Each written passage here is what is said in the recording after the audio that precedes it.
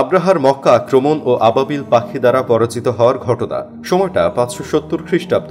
মক্কার পার্শ্ববর্তী ইয়েমেন শাসক আব্রাহা, যাকে আল্লাহ তাআলা দিয়েছিলেন একগুচ্ছ ক্ষমতা ও শক্তি। ক্ষমতার দাপটে আব্রাহার ইচ্ছে হল ইয়েমেনের রাজধানী সানায় সে কাবার অনুরূপ কিছু একটা তৈরি করবে।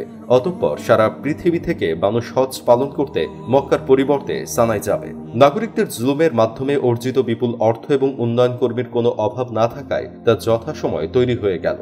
কিন্তু বাদ সাধল সারা পৃথিবীর মানুষ হজ পালনের জন্য তাদের ধর্মীয় পিতা ইব্রাহিম আলাইহিসসালামের তৈরি ঘর কাবা থেকে কোনো ক্রমেই সানার কাবায় যাচ্ছিল না। আব্রাহা তা দেখে বেশ ক্ষুব্ধ হয় এবং বাইতুল্লাহ চূর্ণ বিচূর্ণ করে মাটির সাথে মিশিয়ে দেওয়ার সিদ্ধান্ত নেয়। প্রথমে অগ্রগামী দল পাঠিয়ে মক্কার যুবক এবং উট কবজা করে ফেলে, যাতে প্রতিরোধের কোনো পদ মক্কাবাসীদের না থাকে। সাথে যুদ্ধ প্রস্তুতি সংক্রান্ত একটি প্রস্তুতি পত্র পাঠায়। তাতে এমন ভয়াবহ যুদ্ধের প্রতি ইঙ্গিত দেওয়া হয় যা সামাল দেওয়া মক্কাবাসীর পক্ষে কোনো ক্রমে সম্ভব নয়। এমনকি পুরো আরবের অস্ত্র যদি এক করা হয় তবুও আব্রাহার অস্ত্রের অর্ধেক হবে না। আব্রাহার সৈন্যবাহিনীর বিশাল বহর নিয়ে বাইতুল্লাহ অভিমুখে রওনা হয়। চারদিকে রণঝঙ্কার, তার বহরের আকর্ষণ ছিল বিশাল দেহী হাতি। সে নিজে এমন হাতির পিঠে চড়ে আসছিল যা মক্কার লোকেরা ইতিপূর্বে দেখেনি। আধুনিক যুগের ট্যাঙ্কের মতো ছিল হাতিগুলো।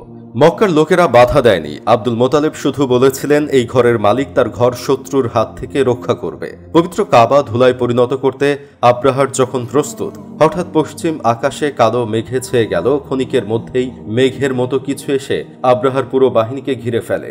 আসলে তা মেঘ ছিল না, অগণিত ছোট ছোট পাখি একসাথে দল বেঁধে ডানা মেলে উড়ে আসায় মেঘের মতো মনে হয়েছে। পাখিগুলো দেখতে চড়ুইয়ের মতো, নাম আবাবিল। প্রতিটি আবাবিলের সাথে 3টি করে নুড়ি পাথর ছিল, দুটি দুই পায়ের নখে আর একটি ঠোঁটে। সেই পাথর সাইজ ছিল ছোলা বুটের মতো। আব্রাহার দল যখন কাবা ধ্বংসের চূড়ান্ত উদ্দেশ্যে পা বাড়ায় তখন আকাশ থেকে আবাবিল নুড়ি ফেলতে শুরু করে।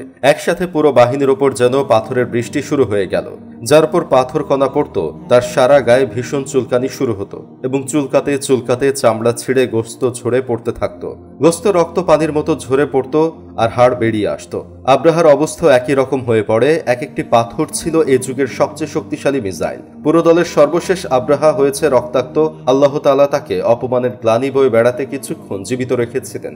যুদ্ধে ভয়াবহ পরাজয়ের পর বুক ফুলিয়ে আসা লোকটি রক্তাক্ত দেহ নিয়ে ছেঁড়া কাপড় দিয়ে খুঁড়িয়ে খুঁড়িয়ে পালিয়ে যায়। তবে এমন লজ্জাকর পালিয়ে যাওয়া দেখে মক্কাবাসী বেশ আনন্দ উপভোগ করে। তবে আব্রাহার নিজ দেশে যেতে পারেনি, পথিমধ্যেই মারা যায়। সেই বছরটাকে ইতিহাসে আমুল মুল ফিল বা হস্তির বছর বলা হয়ে থাকে। আর ওই বছরে প্রিয় নবী সাল্লাল্লাহু আলাইহি ওয়াসাল্লাম জন্মগ্রহণ করেন। পৃথিবীর যত দাম্ভিক রাজা বাদশা ছিল আল্লাহ সবগুলোকে শায়েস্তা করেছেন, এরকম দুর্বল এবং ক্ষুদ্র বস্তু দিয়ে যা কখনো কল্পনা করেনি। নমরুদ, ফেরাউন থেকে আব্রাহা কেউই কিন্তু খুব বড় কোনো আক্রমণে তারা নিহত হয়নি। মশার কামড়ে পানিতে ডুবে বা পাখির মুখ থেকে ফেলা পাথরের আঘাতে তারা নাস্তানাবুদ হয়েছে। আল্লাহ দেখিয়ে দিয়েছেন পৃথিবীর সবচেয়ে শক্তিশালী বাদশাকে মারতে তার জন্য একটি মশা বা একটি পাথর কণাই যথেষ্ট। আল্লাহর ক্ষমতার বিপরীতে যারা ক্ষমতা দেখায় তাদের পরিণতি যুগে যুগে এমনই হয়ে আসছে।